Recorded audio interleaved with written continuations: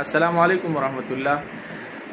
تاسو ته پته را په دې دور کې د ماشومانو د تربیت حواله سره باغی توجه کول ډیر زیات ضروری دي.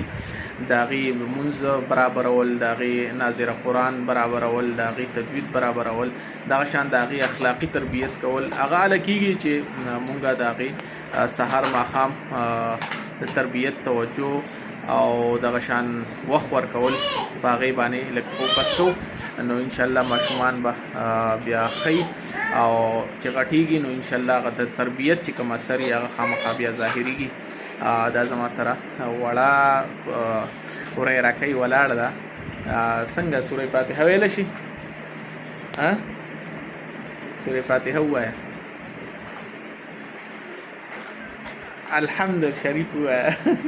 الحمد لله رب العالمين الرحمن الرحيم مالك يوم الدين إياك نعبد وإياك نستعين اهدنا الصراط المستقيم صراط الذين أنعمت عليهم غير المغضوب عليهم ولا الضالين آمين. ماشاءالله.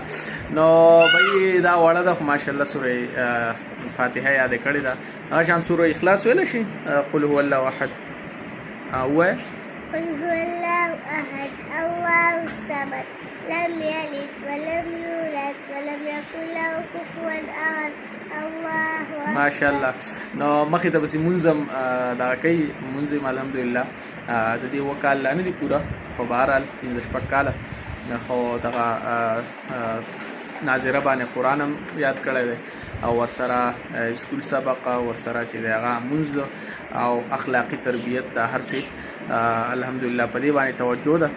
دا شان نور ماشومان نو تاسو هم چې کور کې کم کستاسو بچي یا نور ورېرونه یې ورېري وي په دغه باندې خاص توجه ساتئ او د هغې تربیت حوالې سره کوشش کوئ. د زمانه ده چې په دې کې تاسو په هغې پسې بالکل لیدکې نه رڼا کلی نو د هغې تربیت لګراني نو په ښو اخلاقو سره او په ښه طریقې سره د هغې تربیت کوئ.